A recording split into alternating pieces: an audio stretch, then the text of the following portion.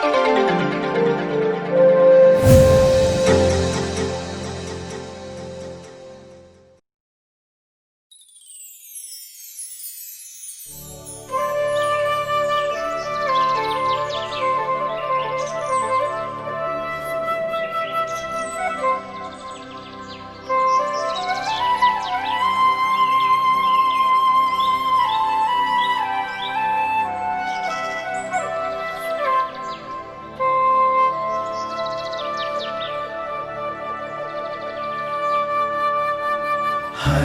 घर में ईश वचन, सत्य वचन, जीवन वचन।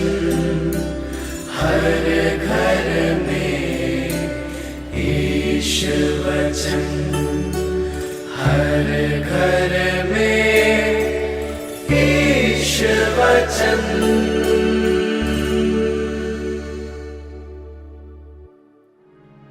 संत मार्कुस के अनुसार पवित्र सुसमाचार अध्याय 1 पद संख्या 21 से 28। ईसा कफरनहूम आए। जब विश्राम दिवस आया तो ईसा सभागृह गए और शिक्षा देते रहे। लोग उनकी शिक्षा सुनकर अचंभे में पड़ जाते थे, क्योंकि वे शास्त्रियों की तरह नहीं बल्कि अधिकार के साथ शिक्षा देते थे। सभागृह में एक मनुष्य था जो अशुद्ध आत्मा के वश में था। वह ऊंचे स्वर से चिल्लाया, ईसा नजरी, हमसे आपको क्या आप हमारा सर्वनाश करने आए हैं? मैं जानता हूँ कि आप कौन हैं, ईश्वर के भेजे हुए परम पावन पुरुष। ईसा ने यह कहते हुए उसे डांटा, चुप रह, इस मनुष्य से बाहर निकल जा। अब दूत उस मनुष्य को झकझोर कर ऊंचे स्वर से चिल्लाते हुए उससे निकल गया। सब चकित रह गए और आपस में कहने लगे, यह क्या है? यह तो एक नए प्रकार की शिक्षा है। वे अधिकार के साथ बोलते हैं। वे अशुद्ध आत्माओं को भी आदेश देते हैं और वे उनकी सुनते हैं। ईसा की चर्चा शीघ्र ही गलीलिया प्रांत के कोने कोने में फैल गई।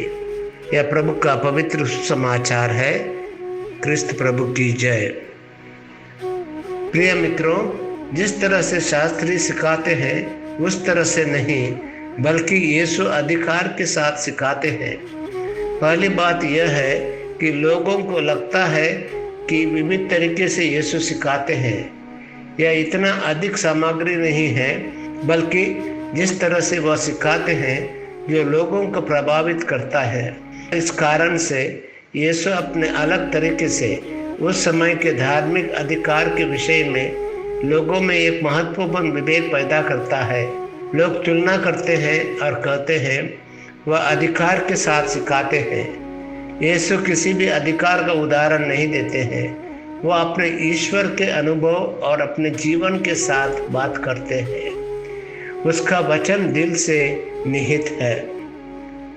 आप हमें नष्ट करने के लिए यहाँ आए हैं। संत मार्कुस में पहला चमत्कार शैतान का निष्कासन है।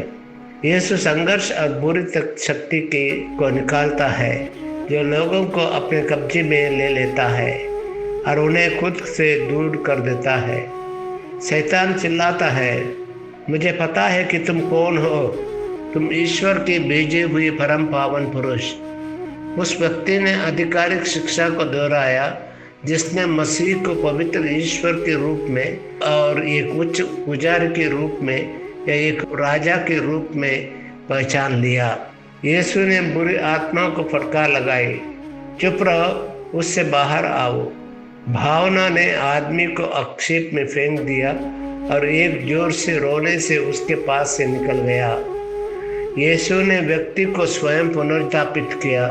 तब वह आसान नहीं था, कल आसान नहीं था और आज के लिए भी इस तरह से करना आसान नहीं है कि एक व्यक्ति इस तरह से सोचना और कार्य करना शुरू कर देता है जो आधिकारिक विचारधारा से विचलित होता है। यह एक नया शिक्षा है। वह बुरी आत्माओं को भी आज्ञा देता है। खुशखबरी के पहले 2 लक्षण होते हैं। परमेश्वर की बातों को सिखाते हैं और उसका अलग तरीका, बुरी आत्माओं पर उसकी शक्ति। लोगों की पवित्रता पाने के लिए यीशु अपनी एक नई राह खोली। यीशु के संपर्क से शुद्ध होकर लोग स्वयं को परमेश्वर के सामने प्रस्तुत कर सकते हैं। यह एक बड़ी खुशखबरी थी। आज बहुत से लोग जीते नहीं हैं, सोचते नहीं हैं, बल्कि बड़े पैमाने पर मीडिया द्वारा संचालित होते हैं। उनके पास आलोचनात्मक दिमाग या सोचने का तरीका नहीं है। वे अन्य स्वामी को अपने जीवन में आने देते हैं और वो अन्य स्वामी है क्रिस्त के अलावा दूसरा शैतान। इस शैतान को कैसे निष्कासित किया जा सकता है?